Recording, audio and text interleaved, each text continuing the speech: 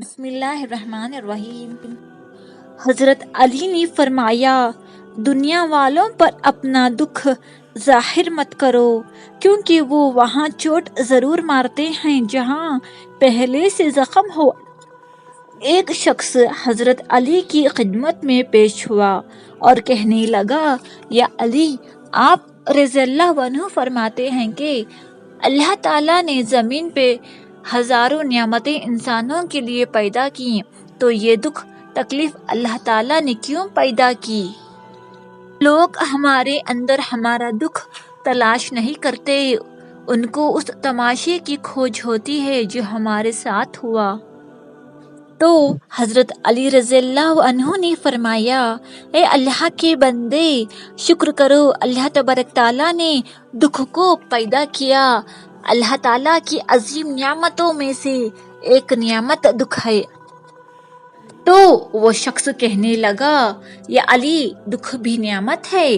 تو حضرت علی فرمانے لگی، اے شخص، دکھ انسان کو مضبوط بناتا ہے اور خوشیاں انسان کو کمزور کرتی ہیں۔ اللہ تعالیٰ جس انسان کو نوازنا چاہتا ہے، عظیم مقام دینا چاہتا ہے، تو اسے تکلیف، دکھ اور درد کی راہ بخشتا ہے تاکہ وہ مضبوط بن کے اتنا سیکھ لے کہ اپنی منزل تک جا پہنچے۔ یاد رکھنا، انسان کا دکھ انسان کو سکھانے کے لیے ملتا ہے، لیکن افسوس تو یہ ہے کہ انسان اس دکھ کی وجہ سے روتا رہتا ہے۔ انسان دکھ اور درد کی وجہ سے کتنا بھی روتا رہے لیکن ختم نہیں ہوگا، کیونکہ دکھ انسان کو رلانے کے لیے نہیں بلکہ انسان کو سکھانے کے لیے آیا ہے۔